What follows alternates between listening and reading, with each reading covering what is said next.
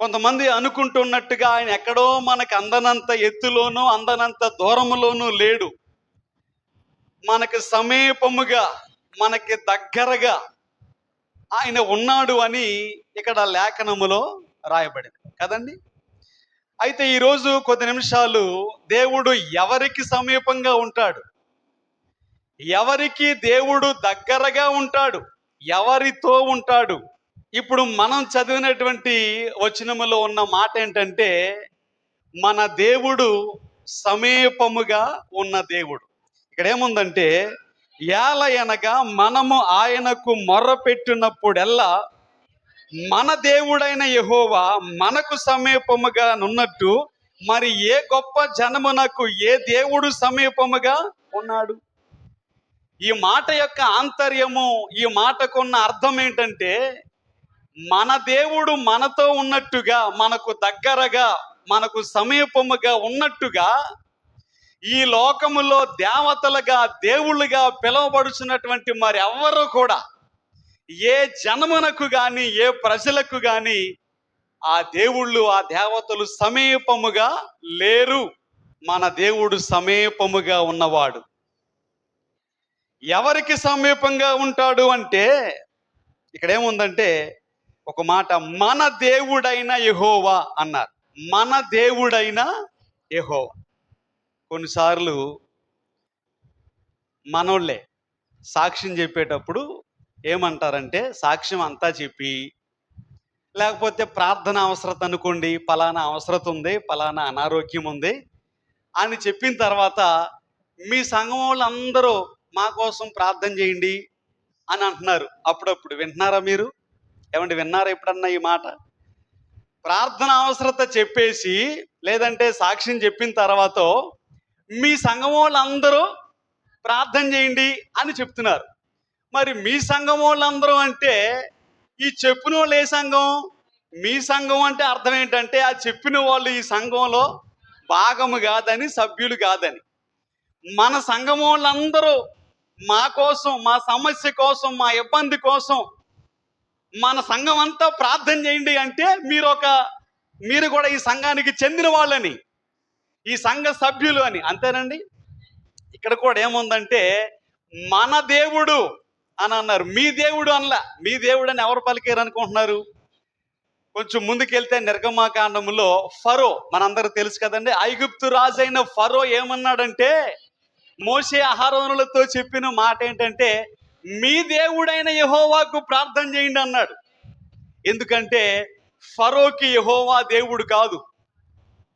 అందుకే మీ దేవుడు అని ప్రస్తావించాడు, మీ దేవుడు అని పలికాడు. కానీ ఇక్కడ చదివిన మాట ఏంటంటే, మన దేవుడైన యెహోవా మనకి దేవుడు, మన దేవుడు. ఇక్కడ మొదటి విషయం మనం గ్రహించాలి ఏంటంటే, దేవుడు ఎవరికి సమీపంగా ఉంటాడంటే, ఎవరైతే దేవుణ్ణి వ్యక్తిగతముగా ఎరిగిన వారుగా, తెలుసుకున్న వారుగా ఉంటారో అటువంటి వారికి దేవుడు సమీపంగా ఉంటారు. మనందరము కూడా, మనలో ప్రతి ఒక్కరము కూడా వ్యక్తిగతంగా దేవుణ్ణి ఎరిగిన వారమై ఉండాలి. ఆయన మన దేవుడు. ఎలా అయ్యాడు మన దేవుడు? ఎఫెసీలకు రాసిన పత్రికలో అంటాడు, పౌలు గారు మాట్లాడుతూ, ఎఫెసీ పత్రిక 2వ అధ్యాయంలో 12 నుండి, ఆ కాలమందు ఇశ్రాయేలుతో సహ పౌరులు కాక పరదేశులను, వాగ్దాన నిబంధనలు లేని పరజనులను, నిరీక్షణ లేని వారును, లోకమందు దేవుడు లేని వారునయుండి క్రీస్తుకు దూరస్తులై ఉంటిరని మీరు జ్ఞాపకము చేసుకొనుడి. ఆయనను మునుపు దూరస్తులైన మీరు ఇప్పుడు క్రీస్తు యేసునందు క్రీస్తు రక్తము వలన సమీపస్తులై ఉన్నారు. ఏమండి, ఒకప్పుడట మనందరము కూడా పరదేశులము, పరజనులము, దేవుడు లేని వారము, వాగ్దానము లేని వారము, నిబంధనలు లేని వారము, దేవునికి దూరంగా ఉన్నాం. ఆయన మనకు దేవుడు కాదు ఒకప్పుడు. ఇప్పుడు ఇక్కడ ఉన్న మాట ఏంటంటే, క్రీస్తు రక్తము వలన మీరు సమీపస్తులుగా వచ్చి, దేవుణ్ణి నమ్మిన ప్రతి ఒక్కరు కూడా, వ్యక్తిగతంగా యేసు ప్రభుని నమ్మిన వారు, ఆయన రక్తములో కడగబడిన ప్రతి ఒక్కరు కూడా ఆయన మనకు దేవుడు మనకు తండ్రి, పరమ తండ్రి, మనము ఆయనకు పిల్లలం. మనందరము కూడా ఏదో సాధారణంగా రావటము వెళ్ళటము అని కాదు కానండి, వ్యక్తిగతముగా ఆ దేవుని గురించి మనం తెలుసుకోవాలి. 2 తిమోతి పత్రికలో 1వ అధ్యాయంలో పౌలు గారు పలికిన మాట ఏంటంటే, నేను నమ్మిన వానిని ఎరుగుదును గనుక నేను సిగ్గుపడను అన్నాడు. ఏమండి, ఎవరిని ఎరిగి ఉన్నాడట? నేను నమ్మిన వానిని. ఇప్పుడు మనం నమ్మినటువంటి ఆ దేవుణ్ణి వ్యక్తిగతంగా మనం ఎరిగిన వారంగా ఉండాలి. మనం కూడా తోమా పలికాడు కదా, యేసు ప్రభు వారు పునరుత్థానుడై తిరిగి లేచిన తర్వాత అక్కడ తోమా గారు ఏమన్నారంటే, ఒక ఆదివారమున యేసు ప్రభు వారు ఆ శిష్యులకు ప్రత్యక్షమైతే అప్పుడు తోమా వారి మధ్యలో లేడు. ఈ చూసినటువంటి వారు వెలుపలకు వెళ్ళి తోమాకి చెప్పారు, మేము ప్రభువును చూశాం అంటే ఆయన చెప్పిన మాట ఏంటంటే, నేను నమ్మను. ఆయన చేతులలో ఆ మేకుల గురుతులలో నా వ్రేలు ఉంచితేనే గాని, ఆయన ప్రక్కలో నా చెయ్యి ఉంచితేనే గాని నేను నమ్మను అని అన్నాడు తోమా. ఈ మాటలు అన్నప్పుడు ప్రభు అక్కడే ఉన్నాడు. ప్రభు ఆ మాటలు విన్నాడు. సమీపముగా ఉన్నాడు అంటే వీళ్ళ మాటలు పలికినప్పుడు వీళ్ళ కంటికి కనిపించలా. ఏమండి, వీళ్ళ కంటికి అప్పుడు ఆయన కనిపించలేదు, కానీ ఆయన ఆత్మస్వరూపి గనక తోమా పలికిన మాటలు ప్రభు విన్నాడు. ఆ మాటకు వస్తే తోమానే కాదండి, మలాకీ గ్రంథంలో ఏమంటాడంటే, యెహోవా యందు భయభక్తులు గలవారు ఒకరితో ఒకరు మాటలాడుకొనుచుండగా యెహోవా చెవియొగ్గి ఆలకించెను.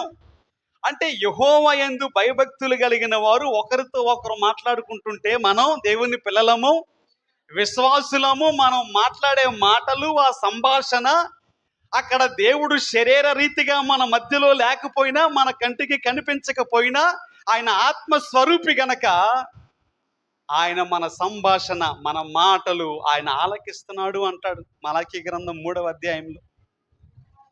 అలాగే తోమా పలికిన మాటలు ప్రభు విన్నాడు. ఆయన చేతుల మేకుల గుర్తులో నేను నా వ్రేలు పెట్టాలి, ఆయన ప్రక్కలో నా చెయ్యి పెట్టాలి అని పలికిన మాటలు ప్రభు విని ఆ మరుసటి ఆదివారము తోమా ఉండగానే ఈసారి ప్రత్యక్షమయ్యాడు. నేరుగా తోమా దగ్గరికే వచ్చాడు. తోమా, ఇదిగో వచ్చి నా చేతిలో నీ వ్రేలు ఉంచు, నా ప్రక్కలో నీ చెయ్యించు అంటే అప్పుడు అన్నాడు, నా ప్రభువా, నా దేవా.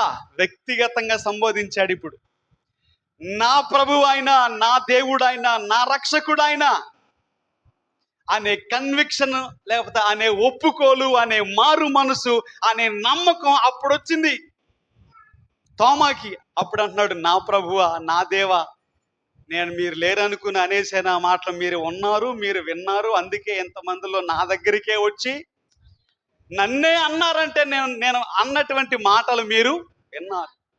అప్పుడు ప్రభు చెప్పిన మాటలు, నీవు అవిశ్వాసివి గాక అంటే అప్పటి దాకా ఎలా ఉన్నాడు? ఎలా ఉన్నాడు అప్పటి వరకు? నీవు అవిశ్వాసిగా ఇంతవరకు ఉన్నావు. అవిశ్వాసిగా కాక ఇక మీదట విశ్వాసిగా ఉండు, నమ్మకంతో ఉండు. చూచి నమ్మిన వారి కంటే చూడక నమ్మిన వారే ధన్యులు. సో అప్పుడు వ్యక్తిగతమైన సంబోధన, నా ప్రభువా, నా దేవా.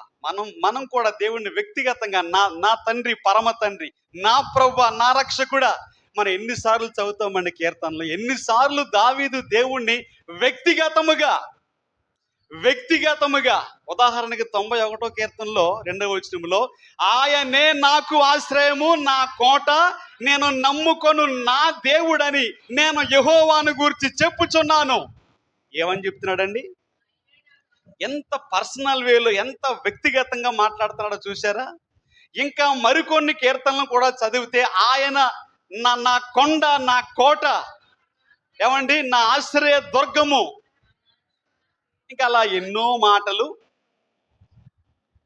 నాన్న అన్నాడంటే అర్థం ఏంటంటే, ఏమండి, వ్యక్తిగత సంబంధం అనేది దేవునితో ఉంది ఆయనకి. నా దేవుడు, నా ప్రభు, నా రక్షకుడు.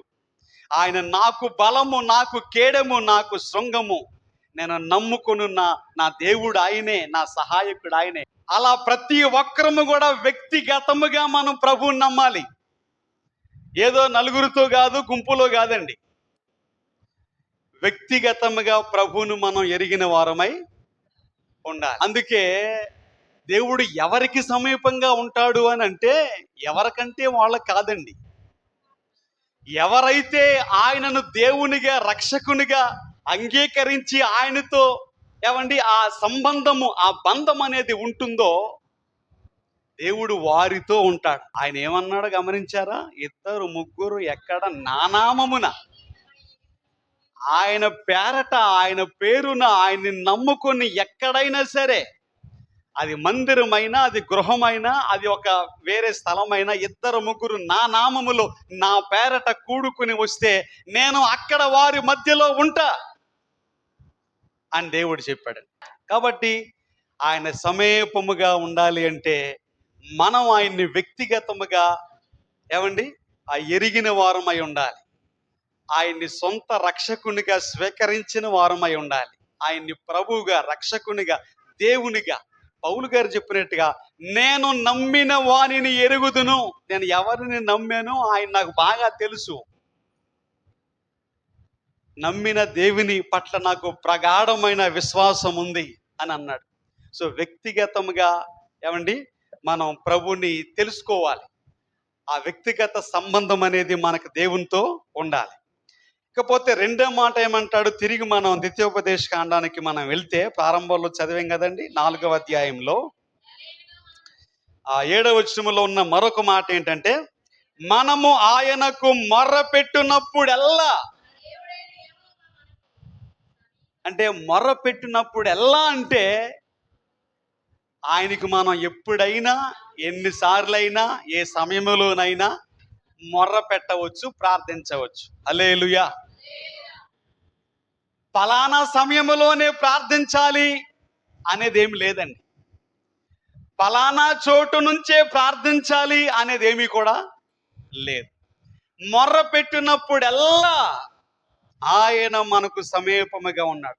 మీరు ఎక్కడ ఉండి మొర్ర పెడతారో, ఏ పరిస్థితిలో ఉండి మొర్ర పెడతారో ఆయన అక్కడే ఆ సమయంలోనే మీతోనే, మీకు సమీపముగానే ఉన్నాడు ఆయన. దేవునికి స్తోత్రం చెప్తామా? హల్లెలూయా. ఇక్కడ రెండవ అర్థం ఏంటంటే, ఆయనకు మొర్ర పెట్టినప్పుడెల్లా ఆయన మనకు సమీపంగా ఉన్నాడు అంటే అర్థం ఏంటండి? ఏమ్మా, మనం దేవుని పిల్లలముగా, క్రైస్తవులముగా ఎప్పుడు కూడా ప్రార్థించే వారముగా ఉండాలి. దేవునితో సహవాసము చేసే వారముగా ఉండాలి. దేవునితో సంభాషణ చేసే వారముగా ఉండాలి. దేవునికి స్తోత్రం చెబుదాం. దేవునితో సంబంధం వేరు, దేవునితో సహవాసం వేరు. సంబంధము, సహవాసము రెండింటికి మధ్య వ్యత్యాసం ఉంది కదండి. ఇద్దరు బంధానికైతే అన్నదమ్ములే, కానీ ఇద్దరు మాట్లాడుకోవట్లే. అంటే వాళ్ళిద్దరికి ఏముందో ఏమి లేదు చెప్పండి. బంధం ఉంది అంతేనండి. ఇద్దరు అన్నదమ్ములు కదా, రక్తం పంచుకుని పుట్టారు కదా, లేదా అక్క చెల్లెళ్ళు అనుకోండి, ఆ బంధం ఉంది. కానీ వారు ఒకరితో ఒకరు మాట్లాడుకోవట్లేదుగా, ఆ సంభాషణ లేదు, ఒకరితో ఒకరు సమాధాన పడలేదు, ఒకరితో ఒకరి సహవాసం అనేది లేదు. కాబట్టి దేవుణ్ణి నమ్ముకున్నాక కూడా మనం దేవునితో రోజు మాట్లాడకపోతే, ప్రార్థన చేయకపోతే దాని అర్థం ఏంటంటే మనకు దేవునితో సంబంధం ఉండొచ్చు, ఆయన మనకు తండ్రి, మనం ఆయనకు పిల్లలం. మాట్లాడకపోతే అర్థం ఏంటంటే మనకి దేవునితో సహవాసము లేదు, మనం సంభాషించట్లా దేవునితోటి అని అర్థం. అందుకే యోబు గ్రంథంలో ఏమంటాడు? 22వ అధ్యాయము 21వ వచనములో, ఆయనతో సహవాసము చేసిన ఎడల నీకు సమాధానము కలుగును, అలాగున నీకు మేలు కలుగు. ఎవరితో సహవాసం అంటండి? ఆయనతో సహవాసం. ఆయన అంటే ఎవరు? సర్వశక్తుడైనటువంటి దేవునితో సహవాసము చేయాలి. ఆయనకు మొరపెట్టుకోవాలి, ఆయనతో సంభాషించాలి. ఏమండి? ఆయనతో సహవాసం చేస్తేనట నీకు సమాధానము కలుగుతుంది, అలాగున నీకు మేలు కూడా కలుగుతుంది. కాబట్టి రెండో విషయం మనం ఏం చూస్తున్నామంటే, మనం దేవునితో ఆ వ్యక్తిగత సహవాసం అనేది ఉండాలి. మనం అనుదినము కూడా మనం ఎప్పుడు కూడా చెప్పుకుంటానే ఉంటాం, దావీదు దినమునకు 7 మార్లు స్తుతించాడు, 3 మార్లు ప్రార్థించాడు. అలాగే దానియేలు దినమునకు 3 సార్లు ప్రార్థించాడు అనే విషయాలు మనం తరచుగా మాట్లాడుకుంటూ ఉంటాం.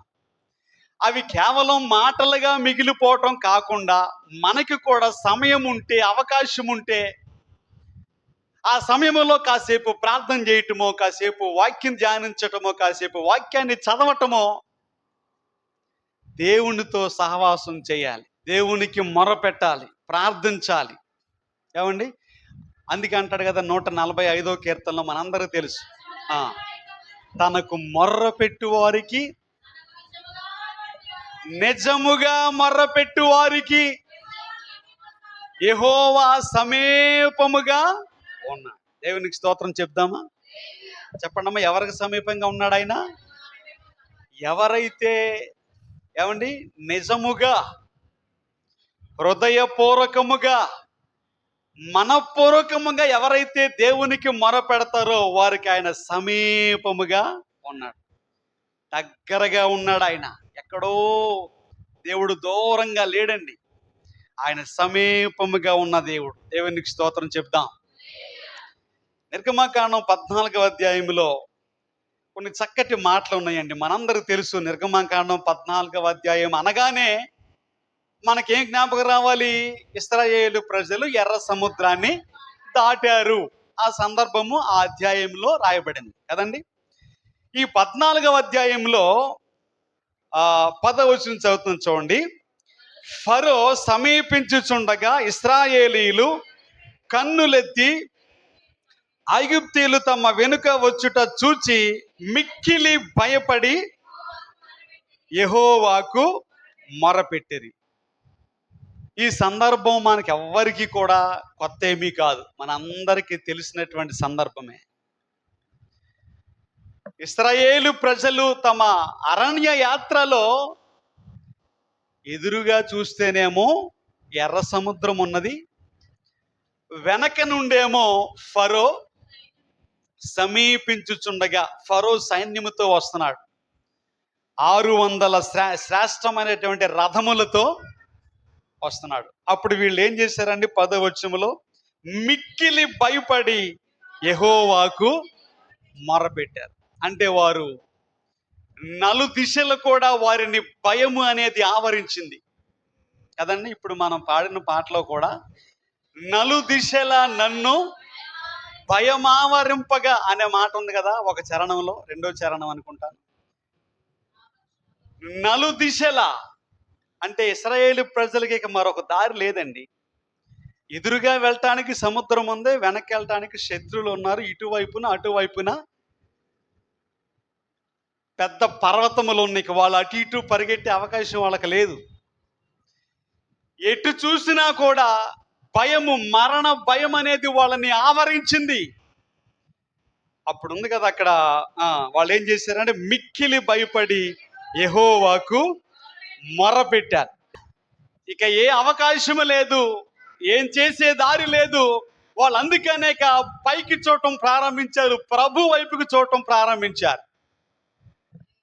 అక్కడ ప్రభు, ఏమండి, ఎంత అద్భుత కార్యం, ఎంత గొప్ప విషయం అంటే 14వ అధ్యాయము 18వ వచనంలో 19వ వచనంలో, అప్పుడు ఇశ్రాయేలీయుల ఎదుట సమూహమునకు ముందుగా నడిచిన దేవదూత వారి వెనుకకు పోయి వారిని వెంబడించెను. ఆ మేఘ స్తంభము వారి ఎదుట నుండి పోయి వారి వెనుక నిలిచెను. ఈ మాటలు గమనించారండి? నిజంగా దేవుడు మన పట్ల ఎంత శ్రద్ధ వహిస్తున్నాడో. ఏమండి, మనలను ఎలా ఆయన లక్ష్యము చేయుచున్నాడో ఈ మాటలు గమనించండి. వీళ్ళేమో ముందున్నారు, ఏమండి, వెనకేమో ఫరో సైన్యము సమీపిస్తూ ఉండగా, దగ్గరకు వస్తూ ఉండగా దేవుడు ఏం చేశాడండి? అప్పటి వరకు ముందు ఉన్నటువంటి దేవదూత ముందు నుండి ఈసారి వెనకకు, అంటే ఐగుప్తీయులకు ఇశ్రాయేలీయులకు మధ్యలో నిలబడ్డాడు. వెనక్కి ఎందుకు వచ్చి ఉంటాడంటారు దేవదూత? ఏమండి, అప్పటి వరకు ముందుండి నడిపించినటువంటి దేవదూత మనం చదివిన వచనం ప్రకారం ఎప్పుడైతే వాళ్ళు దగ్గరకు వచ్చేస్తున్నారో ఆ టైంలో ముందుంటాం మానేసి వెనక్కి వచ్చి నిలబడ్డాడు ఆయన. అదే విధముగా మేఘ స్తంభము కూడా వాళ్ళకి వీళ్ళకి మధ్యలో, అంటే వెనక్కి వచ్చేసి మధ్యలో మేఘం ఒకటి నిలబడటం. ఆ మేఘం ఉండటం వల్ల ఇశ్రాయేలు ప్రజలకేమో వెలుగు, ఐగుప్తీయులకేమో చీకటి. ఆ రాత్రంతా వాళ్ళు అలాగే వెలుగులో ప్రయాణం చేశారు, వీళ్ళేమో చీకట్లోనే. ఆ దేవదూత ముందు నుండి వెనకకు రావటానికి గల కారణం బహుశా ఏమై ఉండొచ్చు అంటే, వెనకున్నటువంటి వారు ఏమన్నా భయపడతారా? భయపడరా? అన్ని లక్షల మంది ప్రయాణంలో ఉన్నారు. ముందున్న వారికి సంగతి అలా పెట్టండి కాసేపు. ఇప్పుడు వెనక నుండి వస్తున్నటువంటి ఫరో సైన్యం ముందుగా వస్తే ఎవరి మీద పడతారు? వెనకున్న వాళ్ళ మీద కదండి. వాళ్ళనే కదా, ఒకవేళ హతము చేసినా, వాళ్ళని పట్టుకున్నా, ఏం చేసినా వెనకోళ్లే కదా. ఒకవేళ వెనకున్నటువంటి వారు భయపడతారేమో, వాళ్ళు ఏమన్నా భీతి చెందుతారేమో. ఇప్పుడు నేను వాళ్ళని బలపరచాలి. మన భయములు ఎరిగిన వాడండి ఆయన. మన చింతలు ఆయనకి తెలుసు. మన లోపట మన ఇన్నర్ ఫీలింగ్స్ ఏంటో, మన బాధలు ఏంటో మనం చెప్పక ముందే ఆయనకి తెలుసు. దేవునికి స్తోత్రం చెబుదాం. అందుకే 34వ కీర్తనలో వారి భయములన్నిటి నుంచి వారిని విడిపించను అంటాడు. భయములన్నీ ఎన్నున్నా, అది ఏ భయమైనా. కాబట్టి వెనకున్నటువంటి వాళ్ళు ఎక్కడ కంగారు పడిపోతారో, ఎక్కడ భయపడతారో, ముందున్న వాళ్ళు కొంచెం పర్వాలేదు కనుక ఇప్పుడు నేను వెనకెళ్ళి నిలబడాలి. శత్రువుకి మనకి మధ్యలో ఉన్నాడు ఆయన. ఇప్పుడు మనల్ని ముట్టుకోవాలంటే, మనల్ని అంటుకోవాలంటే ముందు ఎవరిని ముట్టుకోవాలి? ఎవరిని దాటాలి చెప్పండి? మిమ్మును ముట్టినవాడు నా కనుగుడ్డును ముట్టిన వానితో సమానమని ఎంచాడు ఆయన.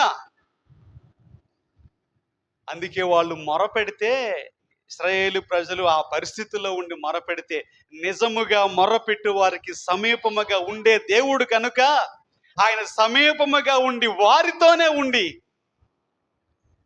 వారి భయము నుంచి వారిని విడిపించి, ఏమండి 25వ వచనంలో ఏమంటాడు? వారి రథ చక్రములు ఊడిపడినట్లుగా చేయగా వారు బహు కష్టపడి తోలుచుండిరి. అప్పుడు ఐగుప్తీయులు ఇశ్రాయేళ్ల ఎదుట నుండి పారిపోదము రండి, యెహోవా వారి పక్షమున మనతో యుద్ధము చేయుచున్నాడని చెప్పుకోగా దేవుడే ఆ ఎర్ర సముద్రాన్ని పాయలుగా చేసి, రాత్రంతా బలమైన గాలి వీచేటట్లుగా చేసి, నేల ఆరిపోయేటట్లుగా చేస్తే వాళ్ళు నడుచుకుంటూ వెళ్తే నీళ్ళట ఆ వైపున ఈ వైపున గోడ వలె నిలబడిపోని అంట. అలాగా ఎంత గొప్ప కార్యం అండి అది! ఎంత అద్భుతం అండి అది! ఊహకు అందనటువంటి కార్యం అది. ఆ దైవ కార్యాన్ని, దేవుని శక్తిని అడ్డుకోవాలని ఎవరో ఒక ఆమె అందట, ఇశ్రాయేలు ప్రజలు ఎర్ర సముద్రాన్ని దాటారు కదా, అప్పుడు ఎర్ర సముద్రం ఎండిపోయింది, అందులో నీళ్ళు ఏమి లేవు పెద్దగా, వాళ్ళ చీలమండల వరకే వచ్చినాయి, నడిచెళ్ళిపోయారు. దాన్ని క్రైస్తవులు, ఈ పాస్టర్ గారులు ఏమో పెద్ద సముద్రం దాటేశారట అని వాక్యాలు చెప్తున్నారు అని చెప్పిందంట స్కూల్లో. అసలు సముద్రం ఎండిపోద్దండి? అమ్మ, సముద్రం అనేది ఎండిపోతుందా?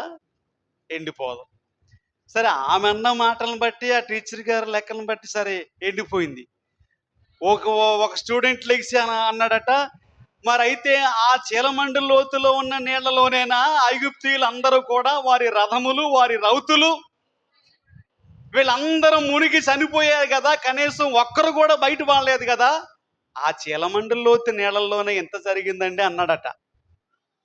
కాబట్టి ఎవరు ఎన్నన్నా అనుకోనివ్వండి, ఇక్కడ జరిగిన వాస్తవం ఏంటంటే ఏమండి, అది ఒక సముద్రం, అది దేవుడు పాయలుగా చేశాడు, అందులో మార్గాన్ని వేశాడు, తన ప్రజల్ని ఆ వైపుకి నడిపించాడు. శత్రువులందరినీ ఒక్కళ్ళు కూడా మిగలకుండా అందరూ కూడా ఆ ఎర్ర సముద్రంలోనే మృతులైపోయారు. వారి కళేబరములు, వారి శవములు అనేవి పక్క కొట్టుకొస్తే అప్పుడు వీళ్ళు చూశారట. సమీపముగా ఉన్నాడు ఆయన, నలు దిశల. ఒకవేళ నిన్ను ఆ రోజున వాళ్ళని ఆ భయం వెంబడించింది ఇశ్రాయేలు ప్రజల్ని. ఒకవేళ ఈ రోజున మనల్ని ఏమండి ఏదో ఒక విధమైనటువంటి భయం అనేది ఆవరిస్తే, ఒక సమస్య అనేది మనల్ని చుట్టుముడితే, ఏ దారి లేదు అని నువ్వు అనుకుంటే, ఏ ఆశ నాకిక లేదు అని నువ్వు అనుకుంటే, ఆయన మన పక్షముగా ఉండి మనకు ఒక మార్గాన్ని, ఒక దారిని ఆయన ఏర్పాటు చేస్తాడు. ఆయన చక్కటి మాటలండి. వాళ్ళు అనుకున్నారు, ఐగుప్తీయులు ఏమనుకున్నారంటే ఆ 25వ వచనంలో, ఇశ్రాయేలు ఎదుటి నుండి పారిపోదము రండి, యెహోవా వారి పక్షమున మనతో యుద్ధము చేయుచున్నాడని. శత్రువులకు కూడా అర్థమైన వాస్తవం ఏంటంటే, యుద్ధము చేసేది వాళ్ళు కాదు, మన పక్షముగా వాళ్ళ దేవుడే యుద్ధం చేస్తున్నాడు. ఇక మనం తిరిగి వెనక్కి వెళ్ళిపోదాం అని వెనక్కి తిరిగినప్పుడు దేవుడు కూడా మోషేకి చెప్పిన మాట, మరలా నీ చెయ్యి చాపితే ఆ కర్రను పట్టుకుని సముద్రం మరలా 2 పాయలు అయిపోతుందని చెప్పాడు. అలా చేసినప్పుడు వారందరూ కూడా ఎర్ర సముద్రంలోనే చనిపోయారు. కాబట్టి మన దేవుడు సమీపముగా ఉన్నాడండి. ఆయన మనతోనే ఉన్నాడు, ఆయన మన ప్రక్కనే ఉన్నాడు. మన భయములేంటో ఆయనకి తెలుసు, మన బాధలేంటో ఆయనకి తెలుసు, మన ఫీలింగ్స్ ఏంటో ఆయనకి తెలుసు. అందుకే వారితోనే ఉండి వారిని అద్దరికి నడిపించాడు. మనం దేవుణ్ణి వ్యక్తిగతముగా ఎరిగిన వారం అయ్యుంటే ఆయన మనతో ఉంటాడు. మనం దేవునితో వ్యక్తిగత సహవాసము చేస్తే, ఆయనకు మొర పెడితే, ఆయనకు ప్రార్థిస్తే ఆయన మనకు సమీపముగా ఉంటాడు. మరొక మాట ఏముందంటే 34వ కీర్తనలో అంటాడు, కీర్తన గ్రంథంలో 34వ కీర్తన 18 ఒకసారి చదువుదాం. విరిగిన హృదయము గల వారికి యెహోవా ఆసన్నుడు, అంటే దగ్గరగా ఉన్నవాడు, సమీపముగా ఉన్నవాడు. నలిగిన మనస్సు గల వారిని ఆయన రక్షించును. ఇక్కడ ఉన్న మాట ఏంటంటే, ఎవరైతే విరిగి నలిగిన మనసుతో, విరిగి నలిగిన హృదయముతో ఉంటారో అటువంటి వారి దగ్గర ఆయన ఉంటాడట. మనం విరిగి నలిగిన మనసు అనేది కలిగి ఉండాలి. ఆయన మనకు సమీపంగా ఉండాలి అంటే అలా ఉండాలి. 51వ కీర్తనలో కూడా ఏమంటాడు, దేవా నీవు విరిగి నలిగిన హృదయమును అలక్ష్యము చేసేవాడవు కాదు అంటాడు. విరిగి నలిగిన మనసే ఆయనకి ఇష్టమైనటువంటి యాగము, ఆయనకి ఇష్టమైన బలి. దీనత్వం అనేది, తగ్గింపు అనేది, విరిగి నలిగిన హృదయం అనేది దేవునికి ఇష్టమండి.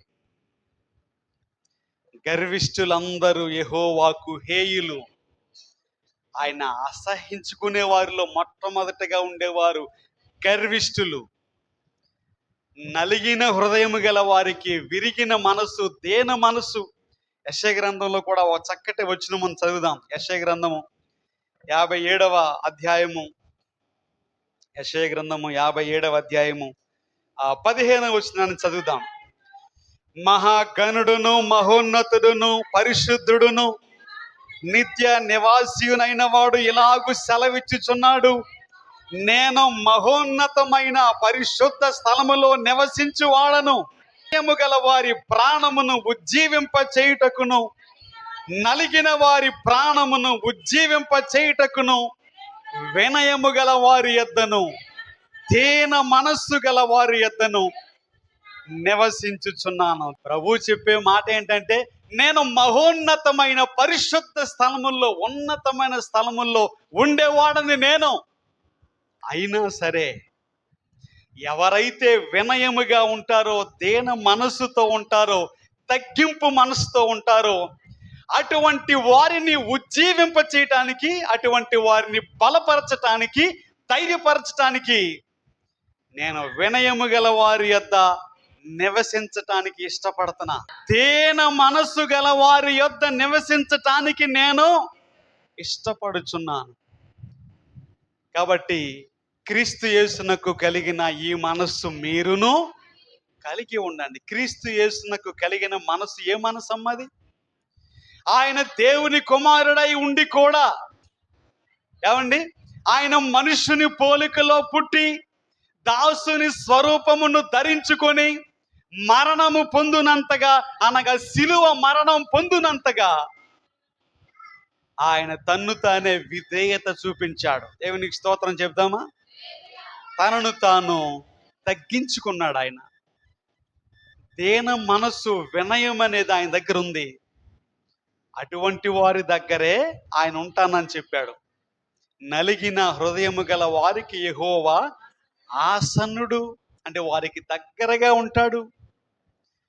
మనందరికీ తెలుసు, 1వ సమూయేలు గ్రంథం 1వ అధ్యాయంలో 10వ వచనంలో హన్నా విషయములో రాయబడిన సంఘటన మనకు తెలుసు కదండి. అక్కడ ఉన్న ఒక 2 మాటలు ఏంటంటే, ఒకటి బహు దుఃఖాక్రాంతురాలై, రెండో మాట బహుగా ఏడ్చుచు. అదే వచనంలో 2 మాటలు ఉన్నాయి. బహు దుఃఖాక్రాంతురాలైపోయిందని, బహుగా ఏడ్చిందని. ఈ మాటలు ఎందుకు వాడాడు? బహుగా అని అంటే ఆమెకున్న బాధ యొక్క తీవ్రత అంత ఎక్కువ ఉంది. ఆమె దుఃఖముకున్న తీవ్రత అంత ఎక్కువగా ఉంది. ఎందుకంటే ఆమె అవమానించబడుతుంది సమాజంలో, ఆమె బాధించబడుతుంది. చూసిన వారందరూ కూడా ఆ మాట ఈ మాట అని నొప్పించారు. బహుగా ఏడ్చుట. ఏమండి బహుగా దుఃఖాక్రాంతురాలై, విరిగి నలిగిన మనసు అంటే అదే. అలా తనలో తానే ఏడ్చుకుంటూ, కన్నీరు కారుస్తూ, పెదవులు మాత్రమే కదులుచుండిన గాని స్వరం అయితే బయటికి రాకుండా తన బాధను, కష్టాన్ని ప్రభు సన్నిధిలో ఆయనకి చెప్పుకుందామే.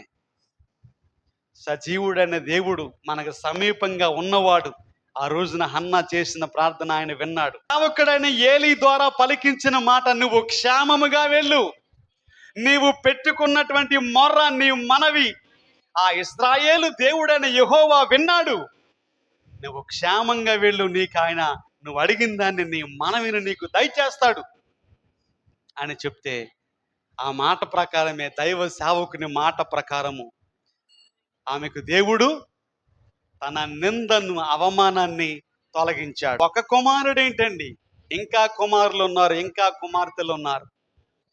ఆమెకు సంతానాభివృద్ధిని కలిగించాడు ఆయన. ఈమె అడిగిందేంటి? ఒకరిని కదండి. నీవు నాకు మగబిడ్డను, సింగులర్, ఏకవచనం, నీవు నాకు మగబిడ్డను ఒక్కరినిస్తే చాలు ప్రభువా, నా అవమానం పోద్ది, తిరిగి మళ్ళా నేను నీకే, అడిగింది ఒకరనే. ఆయన ఎంతమందిని ఇచ్చాడండి? ఆయన అడుగు వాటి కంటే, ఊహించు వాటన్నిటికంటే అధికముగా చేస్తాడు అనటానికి ఇది నిదర్శనం కాదా? ఆ రోజున హన్నా విషయంలో నాయన విరిగి నలిగిన మనసుతో ప్రార్థించింది, దుఃఖాక్రాంతురాలై. మనం కూడా విరిగి నలిగిన మనసుతో, దేన మనసుతో ప్రభు సన్నిధిలో ప్రార్థన చేస్తే ఆయన మనకు సమీపముగా ఉంటాడు. ఆయన మనకు ఆసన్నుడండి, మనతో ఉండే దేవుడు ఆయన. ఈ నమ్మకం, బలమైన నమ్మకం మనకు ఉండాలి. ఆయన మనతోనే ఉన్నాడు, ఆయన మనలోనే ఉన్నాడు అనే నమ్మకం. మనం ఒంటరి వారము అని ఎప్పుడు ఎవరో అనుకోవలసిన పని లేదు. మనం ఎవ్వరూ ఒంటరం కాదండి. ఒకవేళ మనుషులందరూ నిన్ను విడిచిపెట్టేసినా, ఒకవేళ మనుషులందరూ నిన్ను కాదన్నా, మనం ఎవ్వరము కూడా ఒంటరి వారము కాదు. యోహాను సువార్తలో 14వ అధ్యాయంలో అంటాడు కదా, ఏమంటే యేసు ప్రభు వారు మాట్లాడుతూ పరిశుద్ధాత్మ దేవుని గురించి మాట్లాడుతూ పలికిన మాట యోహాను సువార్త 14వ అధ్యాయంలో 17వ వచనము చివరి లైన్లో ఏముందంటే, ఆయన మీతో కూడా నివసించును, మీలో ఉండును, మిమ్మును అనాథలనుగా విడవను. ఆయన అన్న మాట ఏంటంటే, మాకెవరున్నారు, మాకెవరీ పని చేస్తారు, మేము ఒంటరి వారం కదా, మేము శక్తిహీనం కదా అని ఎవరు అనుకోవలసిన అవసరత లేదు. ఇక్కడ ఏమన్నాడంటే, ఆయన మీతో కూడా నివసించును, అంటే పరిశుద్ధాత్మ దేవుడు మీతో కూడా ఉంటాడు. తర్వాత మాట ఏముందంటే, మీలో మీలో ఉండును, మిమ్మును అనాథలుగా విడువను, మీ యొద్దకు వచ్చాను, మిమ్మల్ని ఒంటరి వానిగా నేను విడిచిపెట్టను అని ప్రభు సెలవిచ్చాడు. కాబట్టి మనం ఒంటరి వారమైతే కాదు. మీలో ఉన్నవాడు ఈ లోకములో ఉన్నవాని కంటే అన్నాడు కదండి. మీలో ఉన్నవాడు, మనలో ఉన్నవాడు పరిశుద్ధాత్మ దేవుడు ఈ లోకములో ఉన్నవాని కంటే, అనగా అపవాది కంటే ఆయన గొప్పవాడు, ఆయన శక్తిమంతుడు. కాబట్టి మనందరము కూడా ప్రగాఢముగా నమ్మవలసిన మాట ఏంటంటే, మనము ఆయనకు మొర్ర పెట్టినప్పుడల్లా మన దేవుడైన యెహోవా మనకు సమీపముగా ఉన్నట్టుగా, మరి ఏ దేవుడు ఏ జనమునకు సమీపంగా ఉన్నాడు? మన దేవుడు మనకు సమీపముగా ఉన్నవాడు, మనతో ఉన్నవాడని ఓ స్థిరమైన బలమైన నమ్మకం మనకు ఉండాలి. ఇంకా ఎవరైనా ప్రభువుని రక్షకుడిగా అంగీకరించిన వారైతే ఏమండి, ఇంకా వ్యక్తిగతంగా ఆయన్ని తెలుసుకోకుండా ఉన్నటువంటి వారు ఉన్నట్లయితే వారి గురించి ఏమంటాడంటే, యెషయా గ్రంథము 55వ అధ్యాయంలో, యెహోవా మీకు దొరుకు కాలమునందే ఆయనను మీరు వెతకండి, ఆయన సమీపముగా ఉండగానే ఆయనను వేడుకొనండి. విన్నారు కదండి. ఆయన దొరికే కాలం ఉన్నది, అప్పుడే ఆయన్ని మనం వెతకాలన్నాడు. ఆయన సమీపములో ఉండగా, దగ్గరలో ఉండగా, మనకు అనుకూలంగా ఉండగా మనం ఆయన్ని వేడుకోవాలి, ఆయనకు మనం ప్రార్థించాలి. ఏమండి, కాబట్టి మరి ద్వితీయోపదేశకాండం 4వ అధ్యాయంలో మరి మనం చదివినట్లుగా ఆ మాటలన్నీ కూడా ఏమండి, ఆ మోషే ఇశ్రాయేలు ప్రజలతో మాట్లాడినట్టుగా మన దేవుడైన యెహోవా మనకు సమీపముగా ఉన్నాడు. అలాగ మరి ఏ ఇతర దేవుళ్ళు ఎవరో కూడా ఏ జనమునకు కూడా సమీపముగా లేరు. మనం ఆయన్ని వ్యక్తిగతముగా ఎరిగిన వారమైతే, ఆ సంబంధము సహవాసం అనేది మనం కలిగిన వారమైతే, ఆ విరిగి నలిగిన మనస్సు ఏమండి, ఆ దీన మనస్సు అనేది మనకుంటే, ఆయన మనతోనే ఉన్నాడు, ఆయన మనలోనే ఉన్నాడు, ఆయన మన కార్యములు తప్పకుండా జరిగిస్తాడు. నిజముగా మొరపెట్టినటువంటి ఇశ్రాయేలు ప్రజలకు ముందున్నటువంటి ఆ దేవుడు, ఆ దేవదూత వెనకకు వచ్చి మధ్యలో నిలబడి ఎలా వారిని బలపరిచాడో, వారికి ధైర్యాన్ని ఇచ్చాడో, భరోసాన్ని ఇచ్చాడో. ఏమండి, విరిగి నలిగిన మనసుతో ప్రార్థించినటువంటి హన్నా ప్రార్థన విని దేవుడు ఎలాగా ఆమె కోరికను, ఆమె మనవిని దేవుడు తీర్చాడో, అలాగే ఆయన మనకు సమీపంగా ఉన్నాడు, మన మనవులు వినేవాడు, మన ప్రార్థనలు అంగీకరించేవాడు, ఆలకించేవాడు. ఆయన మనకు సమీపంగా ఉన్నాడని నమ్ముదాం, విశ్వాసం ఉంచుదాం, ఆ అవగాహనతో ఉందాం. దేవుడి మాటలు మనందరి వినికిల్లో దీవించునుగాక.